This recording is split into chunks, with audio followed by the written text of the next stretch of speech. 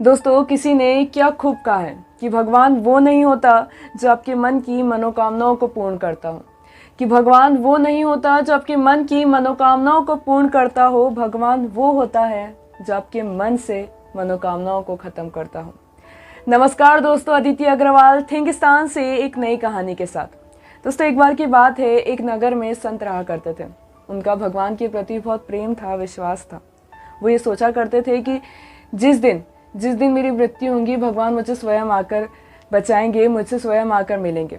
इसलिए वह अक्सर अपने आप को कुएं के ऊपर बांध लिया करते थे और गांव वालों से बोलते थे कि जिस दिन ये जंजीर टूटेगी, उस दिन भगवान स्वयं मुझे दर्शन देने आएंगे, भगवान स्वयं मेरे सामने खड़े होंगे।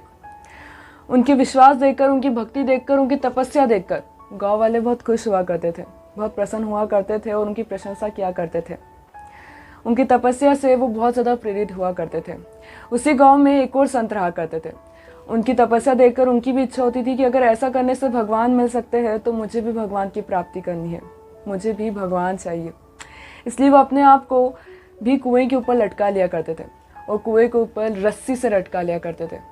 जिस दिन रस्सी टूटती है, उस दिन भगवान उनको साक्षात दर्शन देने आ जाया करते। वो देखकर बहुत खुश हो जाते, प्रसन्न हो जाते और भगवान से पूछते कि क्या बात है भगवान, आपने तो बहुत जल्दी मुझे दर्शन दे दिए, आपका बहुत बहुत धन्यवाद। पर उनके मन में कहीं ना कहीं एक शंका रहती है, एक प्रश्न रहता है। वो भगवान से पूछते हैं कि भगवान, अभी तो कुछ दिन पहले ही मैंने कुएं के ऊपर खुद को लटकाया था और आपने मुझे इतनी जल्दी दर्शन दे दिए, पर वो इंसान जो इतने सालों से आपकी तपस्या कर रहा है, आपका तप कर रहा है, आपके लिए भक्ति है, विश्वास है, आप उनको दर्शन देने क्यों नहीं आए? तब भगवान मुस्कुराए और बोले कि उसको मुझसे ज़्यादा उस लोहे की जंजीर पर भरोसा था, उस लोहे पे भरोसा था, इसलिए मैंने आज तक उसको दर्शन नहीं दिए। पर तुमको मुझ पर अधिक विश्वास था, अधिक प्रेम था, इसलिए शायद तुमने खुद को रस्सी से बांध रखा था। इसलिए मैं तुम्हारा प्रेम, तुम्हारा विश्वास देकर तुम्हें दर्शन देने आ गया।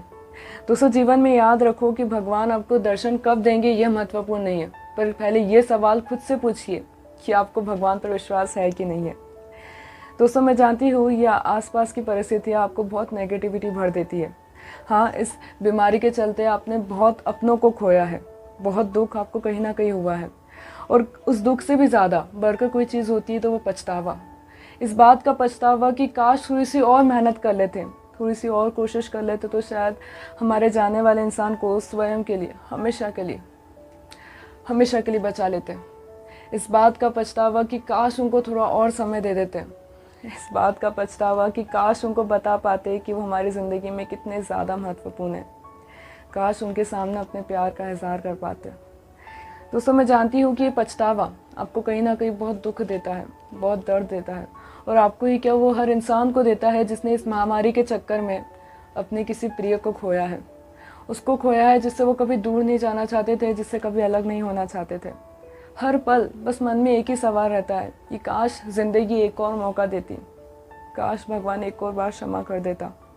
अब दोस्तों, जो हुआ उसको नहीं बदला जा सकता, पर इस बात को समझा जा सकता है कि ज़िंदगी कभी भी दोबारा मौका नहीं देती है। इसलिए जो भी आपके खास है, जो भी आपके अपने हैं, जिससे आप बहुत प्रेम करते हैं, उनको जाइए और बताइए कि आप उनसे कितना ज़्यादा प्यार करते हैं, आपकी ज़िंदगी में वो कितने ज़्यादा इम्पोर्टेंट है। दोस्तों, इस दुनिया में कोई तो इंसान होगा ना जिससे वो परमात्मा बहुत प्रेम करती हो, बहुत प्यार करती हो।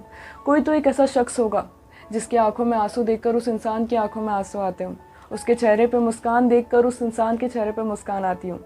तो क्यों ना उस शख्स से जाके मिला जाए, उसको बताया जाए कि आप उनसे कितना प्रेम करते हो, उनको वो समय दिया जाए, उनको वो प्रेम दिया जाए जो आप उस इंसान को देना चाहते थे पर आप नहीं दे पाए, पर आपको ज़िंदगी ने वो मौका नहीं दिया।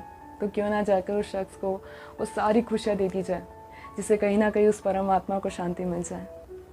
दोस्तों, आइए एक छोटा सा प्रयास और करते हैं जो आसपास के नेगेटिविटियों से कम करते हैं। दोस्तों, परिस्थितियाँ कितनी भी गलत क्यों ना हो, परिस्थितियाँ कितनी ही विपरीत क्यों ना हो, पर इस बात का हमेशा ध्यान रखिए कि आपका विश्वास भगवान के ऊपर कभी कम नहीं होना चाहिए। और कौन कहता है कि दुआ बेअसर हो गई? कौन कहता है कि दुआ बेअसर हो गई? जब जब हम रोए, हमारे महादेव को खबर हो गई। जी हाँ दोस्तों, भगवान सुनता है। भगवान के घर पर देर है पर अंधेर नहीं। और दोस्तों, याद रखिए कि जिस मुसीबत से वो आपको निकालेगा, उस मुसीबत से कोई भी इंसान आपको दोबारा कभी नहीं निकाल पाएगा। इसलिए उस पर विश्वास रखिए, सब जल्दी ठीक होगा। Stay home, stay safe. Thinkistan Let's change the world together. Let's inspire.